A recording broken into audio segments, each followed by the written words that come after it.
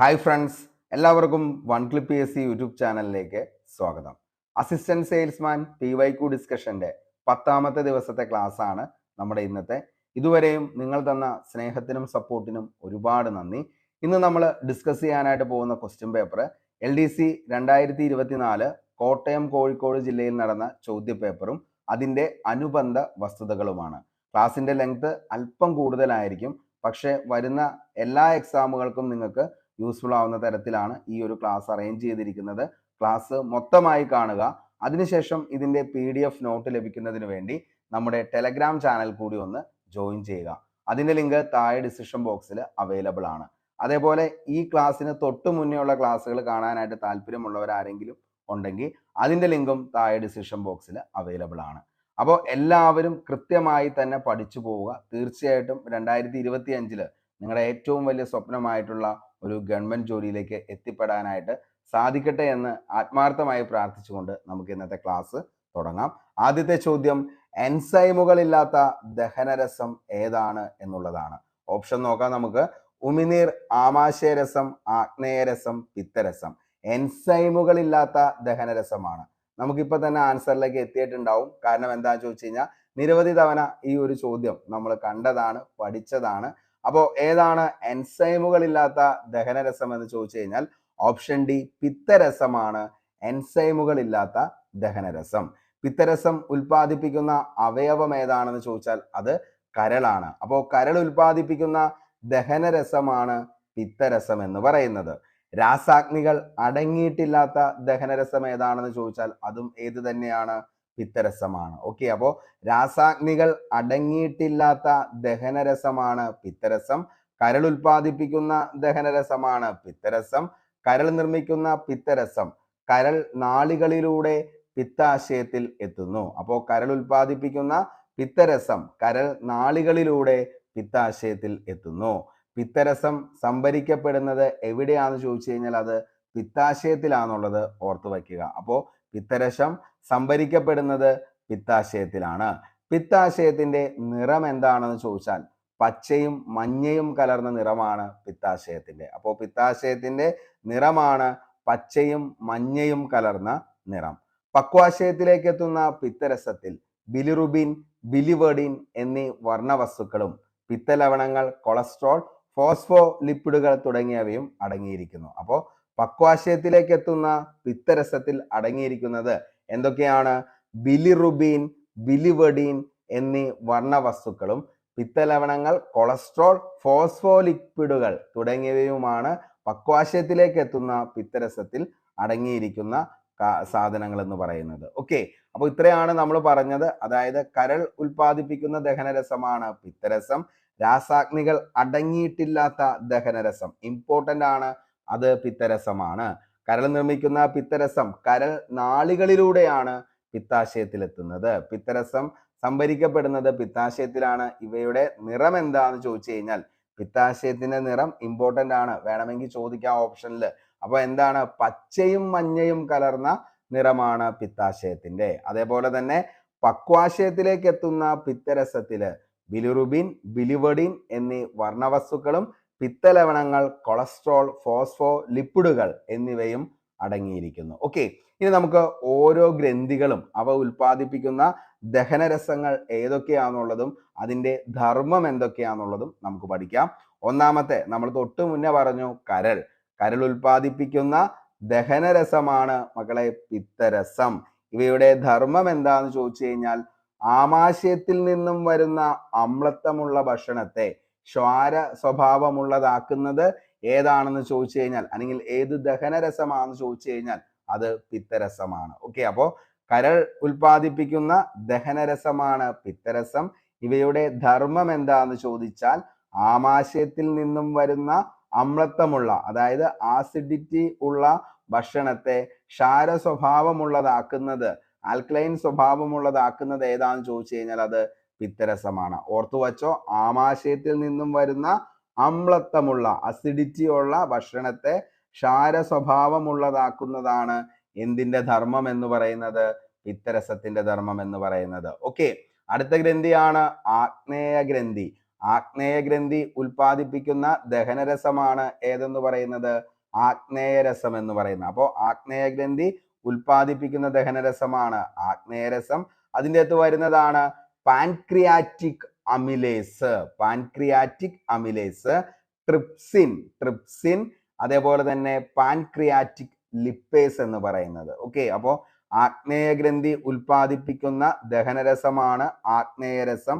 അതിൽ വരുന്നതാണ് pancreatic amylase, trypsin, pancreatic lipase. ഈ മൂന്നെണ്ണം എന്താണ്? എൻസൈമുകളാണ്. ഇതിന്റെ ധർമ്മം എന്താന്ന് ചോദിച്ചു കഴിഞ്ഞാൽ കൊഴുപ്പിനെ ചെറുകണങ്ങളാക്കാൻ സഹായിക്കുന്നു. കൊഴുപ്പിനെ ചെറുകണങ്ങളാക്കാൻ സഹായിക്കുന്നു. അന്നജത്തെ മാൾട്ടോസ് ആക്കുന്നു. മാംസ്യത്തെ പെപ്റ്റിസൈഡുകളാക്കി മാറ്റുന്നു. ഓക്കെ, അല്ലെങ്കിൽ മാംസ്യത്തെ പെപ്റ്റൈഡുകളാക്കി മാറ്റുക എന്നുള്ളതാണ് ഇവയുടെ ധർമ്മം.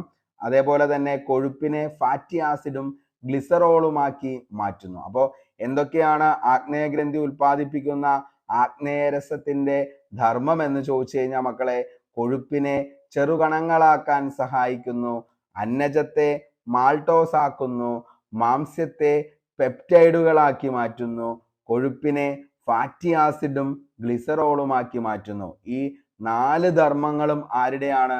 ആഗ്നേയരസത്തിന്റെയാണ്. അതിന്റെ ഏതൊക്കെയായിരുന്നു? Pancreatic amylase, trypsin, pancreatic lipase. ഈ 3 എണ്ണമാണ് ഇവിടെ വരുന്ന എൻസൈമുകൾ എന്ന് പറയുന്നത്.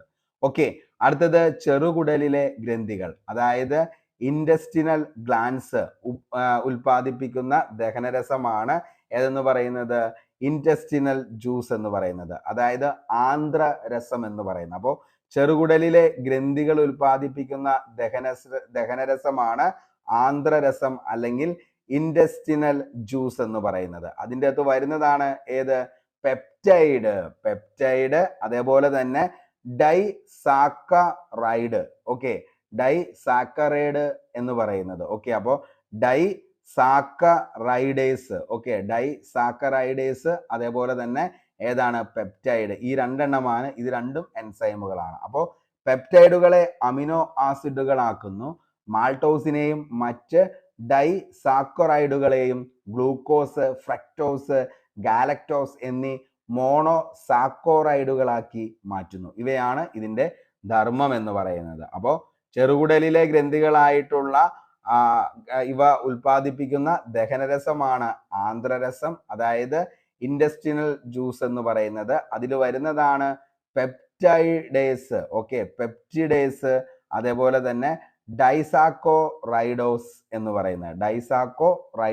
പറയുന്നത്. ഓക്കെ, അപ്പോൾ പെപ്റ്റൈഡുകളെ അമിനോ ആസിഡുകളാക്കുന്നു.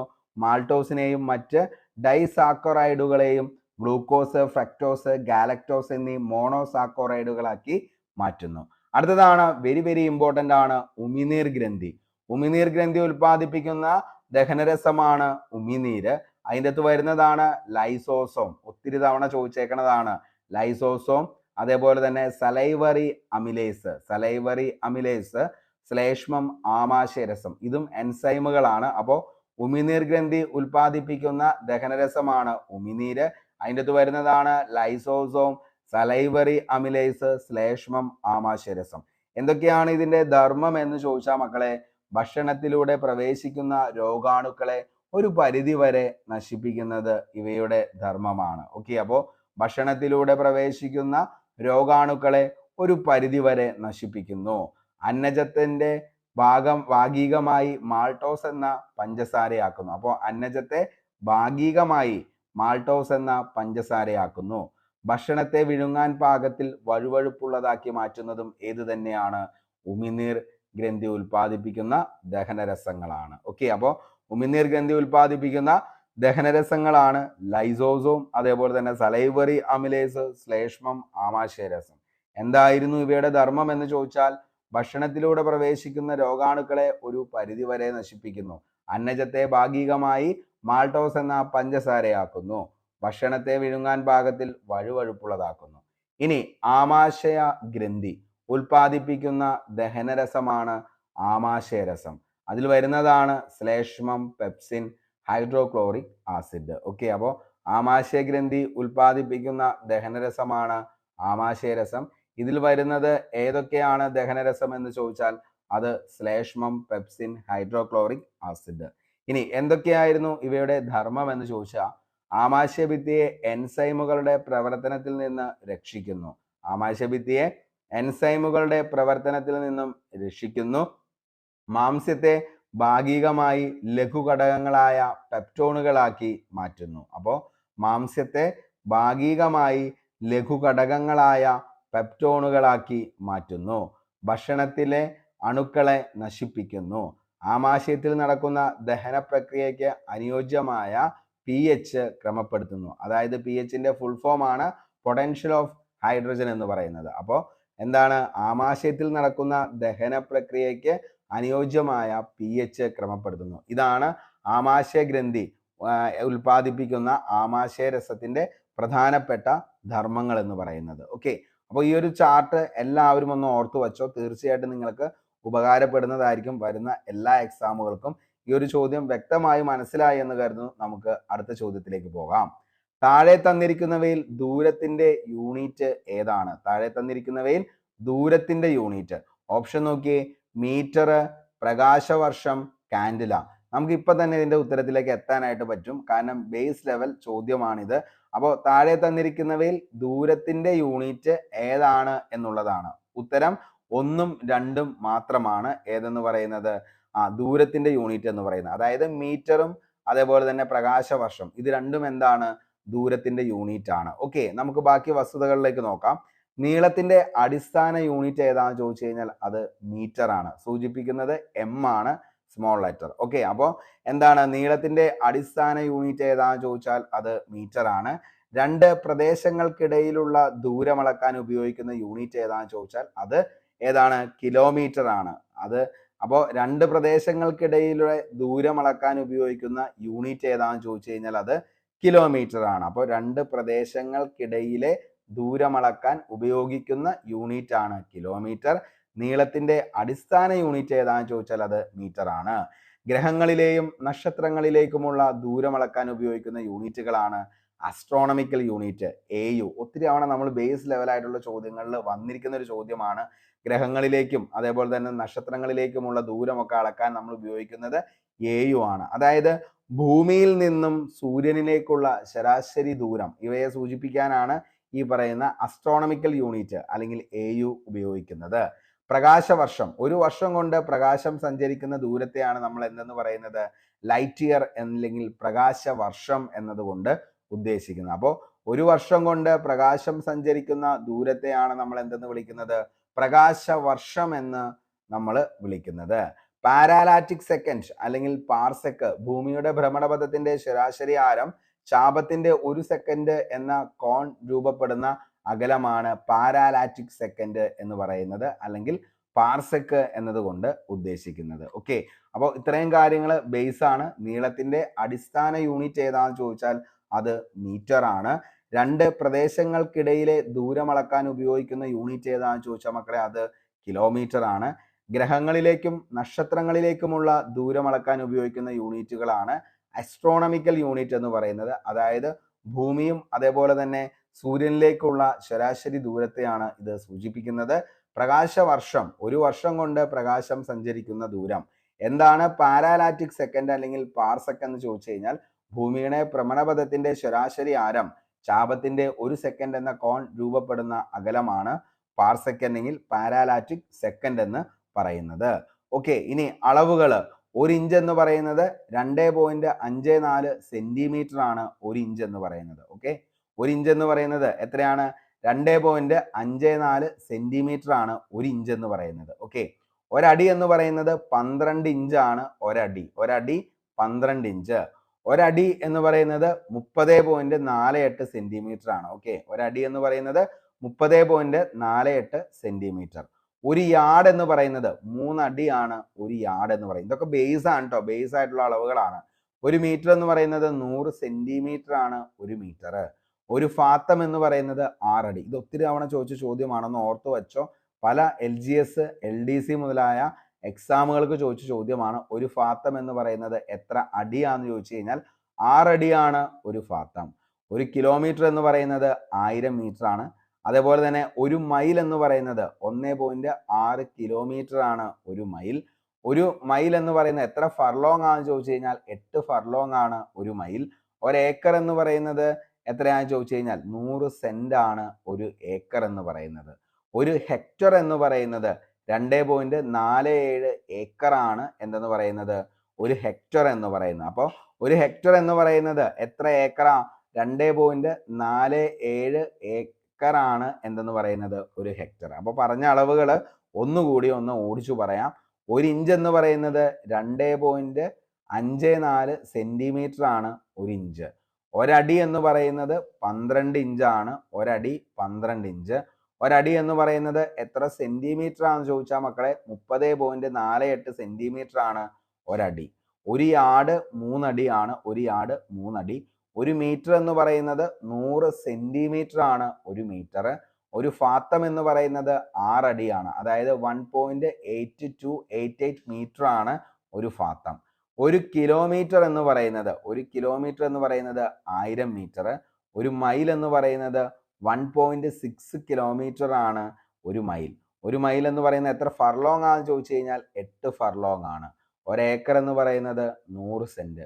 ഒരു ഹെക്ടർ എന്ന് പറയുന്നത് 2.47 ഏക്കർ ആണ് ഒരു ഹെക്ടർ എന്ന് പറയുന്നത്. ഓക്കെ, ഇനി നമുക്ക് SI സമ്പ്രദായത്തിലെ 7 അടിസ്ഥാന യൂണിറ്റുകൾ. SI യൂണിറ്റ് ഏതൊക്കെയാണെന്ന് നോക്കാം. നീളം മീറ്റർ ആണ്. പിണ്ഡം എന്ന് പറയുന്നത് കിലോഗ്രാം ആണ്. സമയത്തിന്റെ ആണ് ഏതെന്ന് പറയുന്ന യൂണിറ്റ് സെക്കൻഡ് ആണ്. വൈദ്യുത പ്രവാഹത്തിന്റെ ആംബിയർ സൂചിപ്പിക്കുന്ന പ്രതീകമാണ് A എന്ന് പറയുന്നത്. പദാർത്ഥത്തിന്റെ അളവ് അത് മോളാണ്. പദാർത്ഥത്തിന്റെ അളവ് മോളാണ്. താപനില കെൽവിൻ K ആണ്. അതേപോലെ തന്നെ പ്രകാശ തീവ്രത എന്ന് പറയുന്നത് കാൻഡിലയാണ് CD എന്നുള്ളതാണ് ഇതിൻ്റെ അകത്ത് വരുന്നത്. ഓക്കെ, അപ്പോൾ SI സമ്പ്രദായത്തിലെ 7 അടിസ്ഥാന യൂണിറ്റുകൾ മോസ്റ്റ്ലി റിപ്പീറ്റഡ് ആണ്. ഇത് ഉറപ്പായും പഠിച്ചു വെക്കണം. നീളം മീറ്റർ ആണ്. സൂചിപ്പിക്കുന്ന പ്രതീകമാണ് M എന്ന് പറയുന്നത്. ഇനി പിണ്ഡം എന്ന് പറയുന്നത് കിലോഗ്രാം ആണ് kg.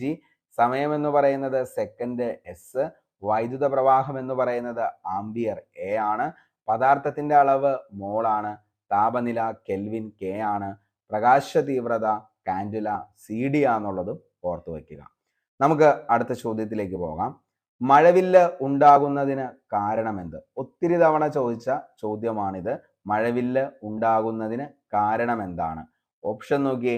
പ്രകാശത്തിന്റെ വിസരണം, ടിൻഡൽ പ്രവാഹം, പ്രകാശ പ്രകീർണനം, പ്രകാശ പ്രതിപതനം. അപ്പോൾ മഴവില്ല് ഉണ്ടാകുന്നതിനുള്ള കാരണം എന്താന്ന് ചോദിച്ചു കഴിഞ്ഞാൽ പ്രകാശത്തിന്റെ വിസരണം, ടിൻഡൽ പ്രവാഹം, പ്രകാശ പ്രകീർണനം, പ്രകാശ പ്രതിപതനം. ഓക്കെ, ഏതാണ് അതിന്റെ ആൻസർ എന്ന് പറയുന്നത്?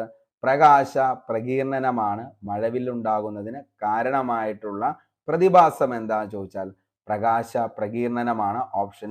ഓപ്ഷൻ C ആണ് നമ്മുടെ ആൻസർ ആയിട്ട് വരുന്നത്. ഓക്കെ, മഴവില്ലുണ്ടാകുവാൻ കാരണമാകുന്ന പ്രധാന പ്രതിഭാസങ്ങളാണ് അപവർത്തനം, പൂർണ്ണാന്തരിക പ്രതിഫലനം, പ്രകീർണനം എന്ന് പറയുന്നത്. ഓക്കെ, അപ്പോൾ മഴവില്ലുണ്ടാകുന്നതിന് കാരണമാകുന്ന പ്രധാന പ്രതിഭാസങ്ങൾ ഏതൊക്കെയാണെന്ന് ചോദിച്ചാൽ അപവർത്തനം, പൂർണ്ണാന്തരിക പ്രതിഫലനം, പ്രകീർണനം.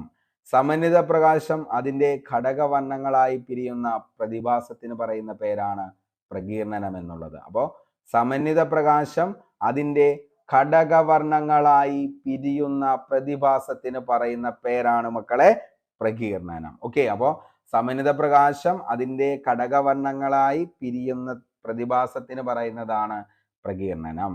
മഴക്കാലങ്ങളിൽ, അതായത് മഴക്കാലത്ത് രാവിലെയും വൈകുന്നേര സമയങ്ങളിലുമാണ് മഴവില്ല് ദൃശ്യമാകുന്നത്. അപ്പോൾ മഴവില്ല് ദൃശ്യമാകുന്നത് ഒന്നുകിൽ രാവിലെ ആയിരിക്കും അല്ലെങ്കിൽ വൈകുന്നേരമായിരിക്കും എന്ത് ചെയ്യുന്നത്, മഴക്കാലത്ത് മഴവില്ല് ദൃശ്യമാകുന്നത്. മഴവില്ലിന്റെ ആകൃതി എന്ന് പറയുന്നത് അർദ്ധവൃത്താകൃതിയാണ്. ഓക്കെ, മഴവില്ലിന്റെ ആകൃതി അർദ്ധവൃത്താകൃതിയാണ്. മഴവില്ലിന്റെ പുറം വക്കിൽ, അതായത് മുകളിൽ കാണപ്പെടുന്ന വർണ്ണം, ഒത്തിരി തവണ ബേസ് ലെവൽ ചോദ്യമായിട്ട് ചോദിച്ചേക്കുന്ന ചോദ്യമാണിത്.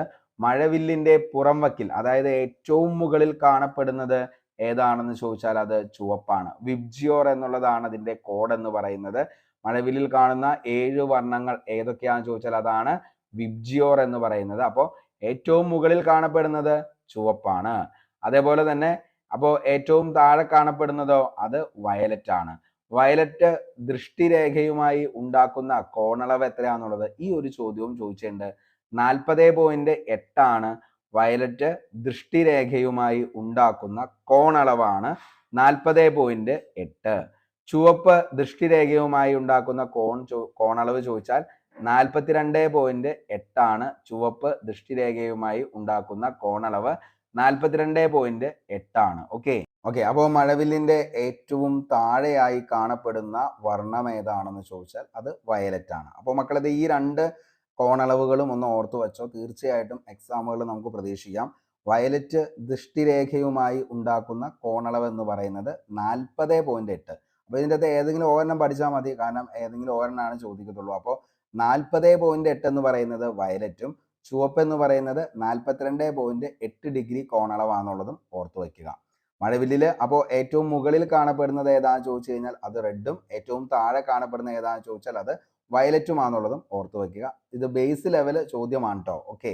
മഴവില്ലുണ്ടാകുന്നത് സൂര്യന്റെ ഏത് ദിശയിലാണെന്ന് ചോദിച്ചു കഴിഞ്ഞാൽ അത് എതിർ ദിശയിലാണ്. അപ്പോൾ സൂര്യൻ എവിടെയാണോ നിൽക്കുന്നത് അതിന്റെ ഓപ്പോസിറ്റ് ആണ് ഏത് വരുന്നത്, മഴവില്ല് വരുന്നത്. അപ്പോൾ രാവിലെ എപ്പോഴാണെന്ന് ചോദിച്ചു കഴിഞ്ഞാൽ സൂര്യന്റെ എവിടെയായിരിക്കും, മഴവില്ല് കാണപ്പെടുന്നത് പടിഞ്ഞാറ് ഭാഗത്തും, എന്നാൽ വൈകുന്നേരം എന്ന് പറയുന്നത് മഴവില്ല് കാണപ്പെടുന്നത് കിഴക്ക് ഭാഗത്താണെന്നുള്ളതും ഓർത്തു വയ്ക്കുക. ഓക്കെ. ഇനി ഉച്ച സമയത്ത് മഴവില്ലില്ല ഉണ്ടാകാത്തതിന്റെ കാരണം എന്താ ചോദിച്ചാൽ സൂര്യനിൽ നിന്നുള്ള ലംബരശ്മികൾക്ക് അപവർത്തനം സംഭവിക്കാത്തത് കൊണ്ടാണ് എന്ത് ചെയ്യുന്നത്, നിലവില് ഈ പറയുന്ന ഉച്ച സമയത്ത് മഴവില്ല് ഉണ്ടാകാത്തതിന്റെ കാരണം എന്ന് പറയുന്നത്. ഓക്കെ. അപ്പോൾ ഉച്ച സമയത്ത് മഴവില്ലുണ്ടാക്കാത്തതിന്റെ കാരണം എന്താണെന്ന് ചോദിച്ചാൽ സൂര്യനിൽ നിന്നുള്ള ലംബരശ്മികൾക്ക് അപവർത്തനം സംഭവിക്കാത്തത് കൊണ്ടാണ് ഈ സമയത്ത് ഉച്ച സമയത്ത് മാത്രം മഴവില്ല് ഉണ്ടാകാത്തതിന്റെ കാരണം എന്ന് പറയുന്നത്. അപ്പോൾ മഴവില്ല് ഉണ്ടാകുന്നത് ഒന്നുകിൽ രാവിലെ ആയിരിക്കും അല്ലെങ്കിൽ വൈകിട്ടായിരിക്കും. രാവിലെ ആണെങ്കിൽ എവിടെയായിരിക്കും മഴവില്ലുണ്ടാകുന്നതെന്ന് ചോദിച്ചാൽ പടിഞ്ഞാറായിരിക്കും. ഇനി വൈകിട്ട് എവിടെയാണ് മഴവില്ലുണ്ടാകുന്നത് ചോദിച്ചു കഴിഞ്ഞാൽ അത് എവിടെയായിരിക്കും, കിഴക്ക് വശത്തായിരിക്കും. അതായത് സൂര്യന്റെ എതിർവശത്താണ് എപ്പോഴും മഴവില്ല് ഉണ്ടാകുന്നത്. ഓക്കെ. ഇനി ബാക്കിയുള്ള നമുക്ക് ഓപ്ഷനിലേക്ക് നമുക്ക് നോക്കാം. പ്രകാശം അന്തരീക്ഷവായുവിലെ പൊടിപടലങ്ങളിൽ തട്ടി ഉണ്ടാകുന്ന ക്രമരഹിതവും ഭാഗികവുമായുള്ള പ്രതിപതനത്തിന് പറയുന്ന പേരാണ് വിസരണം എന്നുള്ളത്. ഓക്കെ. അപ്പോൾ പ്രകാശം അന്തരീക്ഷ വായുവിലെ പൊടിപടലങ്ങളിൽ തട്ടി ഉണ്ടാക്കുന്ന ക്രമരഹിതവും ഭാഗികവുമായ പ്രതിപതനത്തിന് പറയുന്ന പേരാണ് വിസരണം എന്ന് പറയുന്നത്. ഓക്കെ. അപ്പോൾ പ്രകാശം അന്തരീക്ഷ വായുവിലെ പൊടിപടലങ്ങളിൽ തട്ടി ഉണ്ടാക്കുന്ന ക്രമരഹിതവും ഭാഗികവുമായ പ്രതിപതനമാണ് വിസരണം എന്ന് പറയുന്നത്. ഏറ്റവും കൂടുതൽ വിസരണത്തിന് വിധേയമാകുന്ന നിറമാണ് വയലറ്റ്. ഓക്കെ. അപ്പോൾ ഏറ്റവും കൂടുതൽ വിസരണത്തിന് വിധേയമാകുന്ന നിറം ഏതാണെന്ന് ചോദിച്ചാൽ മക്കളെ അത് വയലറ്റ് ആണെന്നുള്ളത് ഓർത്തു വയ്ക്കുക. ഏറ്റവും കുറവ് വിസരണത്തിന് വിധേയമാകുന്ന നിറമാണ് ചുവപ്പ്. ഓക്കെ. അപ്പോൾ ഏറ്റവും കുറവ് വിസരണത്തിന് വിധേയമാകുന്ന നിറം ചോദിച്ചു കഴിഞ്ഞാൽ അത് ചുവപ്പാന്നുള്ളതും ഓർത്തു വയ്ക്കുക. പ്രകാശം അന്തരീക്ഷത്തിലൂടെ കൂടുതൽ ദൂരം സഞ്ചരിക്കുമ്പോൾ തരംഗദൈർഘ്യം കുറഞ്ഞ വർണ്ണങ്ങൾ നഷ്ടപ്പെടുന്നതിന് കാരണം വിസരണമാണ്. ഓക്കെ. അപ്പോൾ പ്രകാശം അന്തരീക്ഷത്തിലൂടെ കൂടുതൽ ദൂരം സഞ്ചരിക്കുമ്പോൾ തരംഗദൈർഘ്യം കുറഞ്ഞ വർണ്ണങ്ങൾ നഷ്ടപ്പെടുന്നതിനുള്ള കാരണമാണ് വിസരണം എന്ന് പറയുന്നത്. അപ്പോൾ എന്താണ് വിസരണം എന്ന് ചോദിച്ചാൽ പ്രകാശം അന്തരീക്ഷ വായുവിലെ പൊടിപടലങ്ങളിൽ തട്ടിയുണ്ടാകുന്ന ക്രമരഹിതവും ഭാഗികവുമായ പ്രതിപതനത്തിന് പറയുന്ന പേരാണ് വിസരണം എന്നുള്ളത്. വിസരണം ഏറ്റവും കൂടുതൽ ഏത് നിറത്തിനാണ്, അത് വയലറ്റ് ആണ്. വിസരണം ഏറ്റവും കുറവ് ചോദിച്ചു കഴിഞ്ഞാൽ അത് ചുവപ്പാന്നുള്ളതും ഓർത്തു വയ്ക്കുക. എന്താണ് ടിൻഡൽ പ്രഭാവം എന്ന് പറയുന്നത്? ഒരു കൊളോയിഡിൽ ദ്രവത്തിലൂടെയോ സസ്പെൻഷനിലൂടെയോ പ്രകാശകിരണങ്ങൾ കടന്നു പോകുമ്പോൾ അവയ്ക്ക് സംഭവിക്കുന്ന വിസരണം മൂലം വളരെ ചെറിയ കണികൾ പ്രകാശിതമാകുന്നതിനാൽ പ്രകാശത്തിന്റെ സഞ്ചാരദൃശ്യമാകുന്ന പ്രതിഭാസത്തെയാണ് എന്തെന്ന് പറയുന്നത്, ടിൻഡൽ പ്രഭാവം എന്ന് പറയുന്നത്. വാൽ നക്ഷത്രത്തിന്റെ വാൽ ദൃശ്യമാകുന്നത് ഇതിന് ഉദാഹരണമാണ്. ഓക്കെ.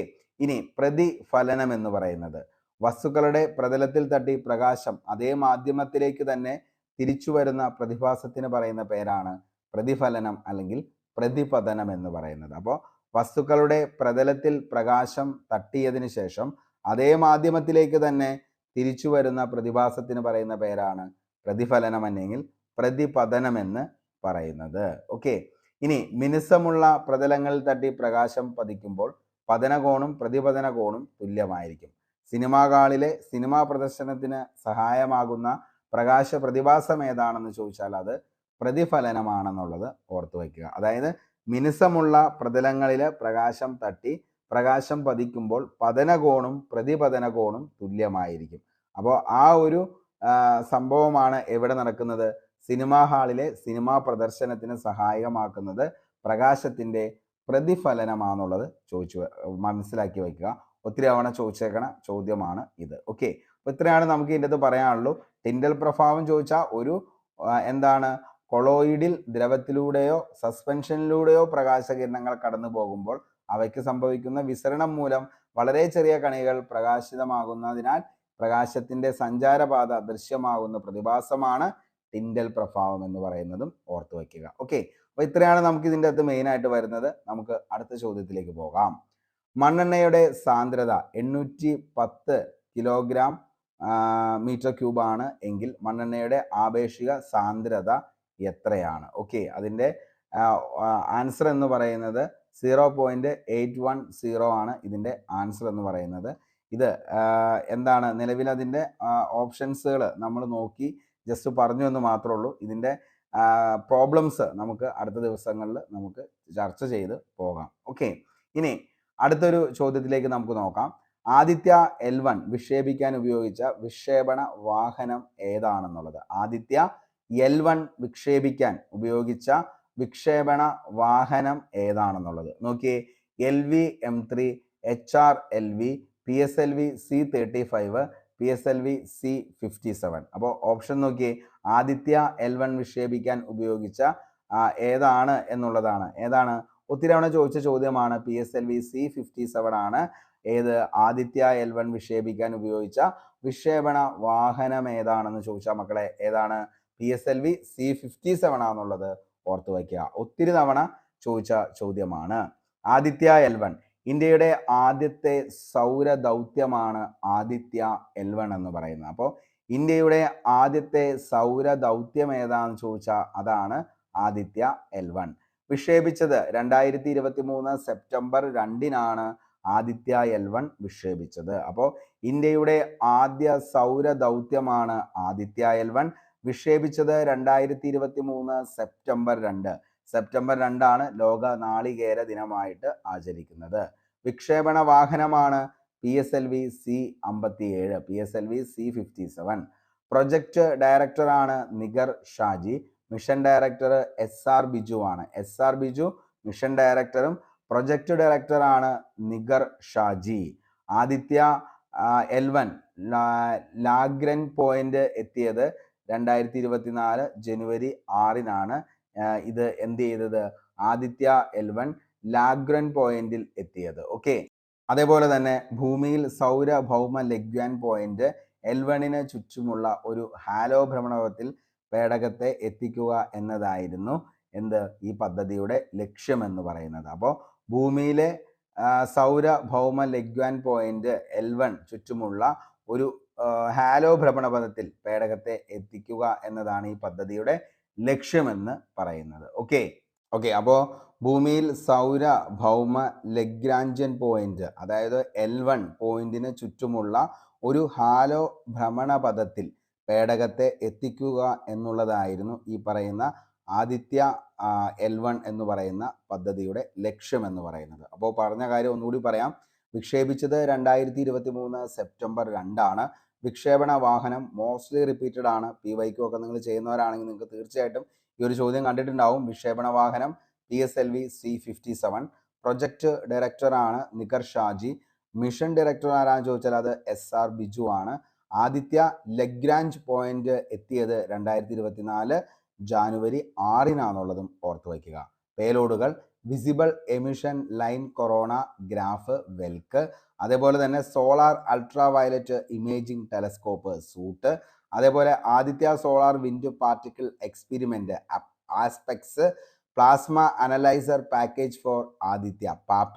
ഇതൊക്കെയാണ് ഇതിൻ്റെ മെയിൻ ആയിട്ടുള്ളത്. പിന്നെ solar low energy X-ray spectrometer SOLEXS, high energy L1 orbiting X-ray spectrometer Helios, അതേപോലെ തന്നെ മാനറ്റോമീറ്റർ MAG.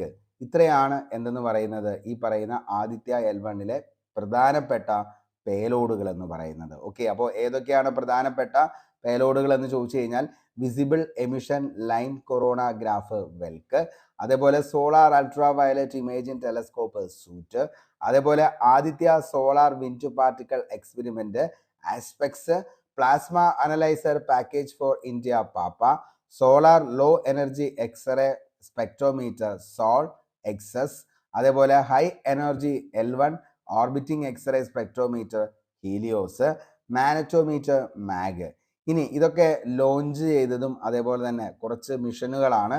അതിൻ്റെ എന്നാണ് ലോഞ്ച് ചെയ്ത ഡേറ്റ് എന്നും അത് ഏത് വെഹിക്കിളിലാണ് പോയതെന്നുള്ളതും തീർച്ചയായിട്ടും നമുക്ക് ഓർത്തിരിക്കണം. കാരണം വരുന്ന എക്സാമുകളിലും ചിലപ്പോൾ ചോദിക്കാനുള്ള ചാൻസ് ഉണ്ട്.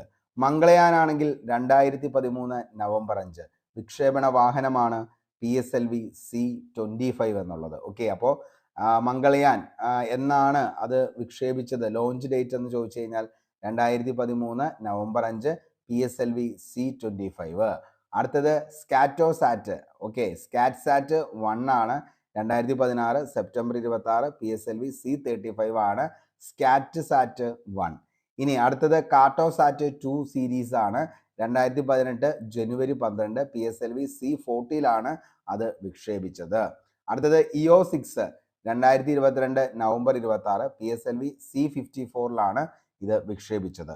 അടുത്തത് എക്സ്പോസാറ്റ് ആണ് 2024 ജനുവരി 1 PSLV C-58 ഇത് വിക്ഷേപിച്ചത് എന്നുള്ളത് ഓർത്തു വയ്ക്കുക. എക്സ്പോസാറ്റ് 2024 ജനുവരി 1 PSLV C-58 എന്നുള്ളത് ഓർത്തു വയ്ക്കുക. അപ്പോൾ ലോഞ്ച് മിഷനും ലോഞ്ച് ഡേറ്റും വർക്കുകളും മംഗളയാൻ 2013 നവംബർ 5 PSLV C-25, അതേപോലെ തന്നെ സ്കാറ്റ്സാറ്റ് 1 2016 September 26 PSLV C-35, Cartosat 2 series 2018 ജനുവരി 12 PSLV C-40, EOS 6 2022 November 26 PSLV C-54, XPoSat 2024 ജനുവരി 1 PSLV C-58. ഓക്കെ, ഇനി LV-M3 അതായത് ആദിത്യ വിക്ഷേപണം നടന്നത് 2014 ഡിസംബർ 18, 2022 ഒക്ടോബറിലാണ് 36 ഉപഗ്രഹങ്ങളെ ഭ്രമണപഥത്തിൽ എത്തിച്ച ISROയുടെ ഏറ്റവും വലിയ റോക്കറ്റാണ് LV-M3 M2 എന്ന് പറയുന്നത്. LV-M3 launch vehicle mark 3 GSLV mark 3 എന്ന പേരിലും ഇത് അറിയപ്പെടുന്നു. അപ്പോൾ ചെറിയൊരു ഇൻഫോർമേഷൻ ആണിത് LV-M3 കുറിച്ച്. LV-M3 ആദ്യ വിക്ഷേപണം നടന്നത് എന്നാണ് ചോദിച്ചു കഴിഞ്ഞാൽ LV-M3 ആദ്യ വിക്ഷേപണം നടന്നത് 2014 ഡിസംബർ 18 LV-M3 ആദ്യ വിക്ഷേപണം നടന്നത്. 2022 ഒക്ടോബറിൽ 36 ഉപഗ്രഹങ്ങളെ ഭ്രമണപഥത്തിൽ എത്തിച്ച ISROയുടെ ഏറ്റവും വലിയ റോക്കറ്റ്, അത് അങ്ങനെ തന്നെ PSC ചോദിച്ചിട്ടുണ്ട്. ISROയുടെ ഏറ്റവും വലിയ റോക്കറ്റ്, അതായത് 36 ഉപഗ്രഹങ്ങളെ ഭ്രമണപഥത്തിൽ എത്തിച്ച ISROയുടെ ഏറ്റവും വലിയ റോക്കറ്റാണ് LV-M3 M2. LV-M3 എന്ന് പറയുന്നത് ലോഞ്ച് വെഹിക്കിൾ മാർക്ക് 3 എന്നതാണ് ഇതിന്റെ ഫുൾ ഫോം. GSLV മാർക്ക് 3 എന്നും അറിയപ്പെടുന്നത് LV-M3 ആണെന്നുള്ളതും ഓർത്തു വയ്ക്കുക. ഓക്കെ, LV-M3 M2 എന്ന് പറയുന്നത്. ഓക്കെ, അപ്പോൾ ഇത്രയാണ് നമുക്ക് ഇന്നത്തെ ക്ലാസ്സിൽ ഡിസ്കസ് ചെയ്യാനായിട്ട് ഉദ്ദേശിച്ചത്. അപ്പോൾ എല്ലാ പോയിന്റ്സും നമ്മൾ പറഞ്ഞിട്ടുണ്ട്. ഓരോ ചോദ്യങ്ങളും അതിൻ്റെ അനുബന്ധ വസ്തുതകൾ വളരെ വ്യക്തമായി NCERT, SCERT, അതേപോലെ തന്നെ കറണ്ട് അഫയേഴ്സ് ഫാക്ട് ഉൾപ്പെടെയാണ് നമ്മൾ പറഞ്ഞു പോയിരിക്കുന്നത്. അപ്പോൾ തുടക്കക്കാരായിട്ടൊരു ഉദ്യോഗാർത്ഥിക്ക് പോലും ഈ ക്ലാസ് കൃത്യമായി കണ്ടുപോവുകയാണെങ്കിൽ തീർച്ചയായിട്ടും നിങ്ങൾക്ക് നല്ലൊരു റാങ്ക് ലിസ്റ്റിലേക്ക് വരാനായിട്ട് പറ്റും. നമ്മുടെ ഓരോ ക്ലാസ്സുകളും നിങ്ങൾ നോക്കിക്കഴിഞ്ഞാൽ മനസ്സിലാവും. എല്ലാ ക്ലാസ്സിൻ്റെയും ലെങ്ത് അരമണിക്കൂർ, 1 മണിക്കൂർ, 1.5 മണിക്കൂറൊക്കെ വരുന്ന ക്ലാസ്സുകളാണ്. പിന്നെ എല്ലാ ക്ലാസ്സുകളും നമ്മുടെ കണ്ടിന്യൂസ് സീരീസ് ആണ്. അതായത് അടുത്തൊരു ക്ലാസ്സുമായി ബന്ധപ്പെട്ട ക്ലാസ്സുകളാണ്. കാരണം സിലബസിൽ എന്താണോ നിങ്ങൾക്ക് പഠിക്കാനുള്ളത് അത് അങ്ങനെ തന്നെയാണ് നമ്മൾ പറഞ്ഞു പോകുന്നത്. അല്ലാതെ ഒരു ക്ലാസ് ജോഗ്രഫി കഴിഞ്ഞ് പിന്നെ എന്താണ് അടുത്തത് മലയാളം, അത് കഴിഞ്ഞ് ഇതിൽ നിന്നും തികച്ചും വ്യത്യസ്തമായിട്ട് ഇംഗ്ലീഷിലെ 4 ക്വസ്റ്റ്യൻസ്, അടുത്തൊരു ദിവസം സയൻസ്, അതിൻ്റെ അകത്ത് ഫിസിക്സിൽ ഒരു 2 ക്വസ്റ്റ്യൻ, പിന്നെ വരുന്നത് നേരെ പോകുന്നത് ജോഗ്രഫിയിലേക്ക്. അപ്പോൾ അങ്ങനെ ഒരു പഠനം നമ്മൾ ചെയ്തുകൊണ്ട് പ്രത്യേകിച്ച് ഒരു പ്രയോജനവും ഒരു ഉദ്യോഗാർത്ഥിക്കും കിട്ടത്തില്ല. അപ്പോൾ എന്താണോ പഠിക്കേണ്ട കാര്യങ്ങൾ അതെന്താണെന്നുള്ളത് മനസ്സിലാക്കി പഠിച്ച് വ്യക്തതയോടുകൂടി തന്നെ എന്ത് ചെയ്യുക, പഠിച്ചു പോവുക. അങ്ങനെ പഠിച്ചെങ്കിൽ മാത്രമാണ് എക്സാം പോയിന്റ് ഓഫ് വ്യൂവിൽ നമുക്ക് നല്ല മാർക്ക് സ്കോർ ചെയ്യാനായിട്ട് പറ്റത്തുള്ളൂ. അപ്പോൾ ഇതെല്ലാം ഫ്രീ ആയിട്ടാണ് നിങ്ങൾക്ക് ലഭിക്കുന്നത്. അപ്പോൾ നിങ്ങൾക്ക് ഇഷ്ടപ്പെട്ടെങ്കിൽ തീർച്ചയായിട്ടും നമ്മുടെ ചാനൽ ഒന്ന് സബ്സ്ക്രൈബ് ചെയ്യുക. അതേപോലെ തന്നെ നിങ്ങളുടെ സുഹൃത്തുക്കളിലേക്ക് ഒന്ന് ഷെയർ ചെയ്യുക. ഇത്രയും കാര്യങ്ങളാണ് പറയാനായിട്ട് ഉദ്ദേശിച്ചത്. എല്ലാവർക്കും ക്ലാസ് ഇഷ്ടപ്പെട്ടെന്ന് കരുതുന്നു. ഇഷ്ടപ്പെട്ടാൽ ഉറപ്പായിട്ടും ലൈക്ക് ചെയ്യുക. പുതിയൊരു വീഡിയോയുമായി നമുക്ക് വീണ്ടും കണ്ടുമുട്ടാം. അതുവരത്തേക്കും short break. Signing off Arun Kombanadan. Thank U.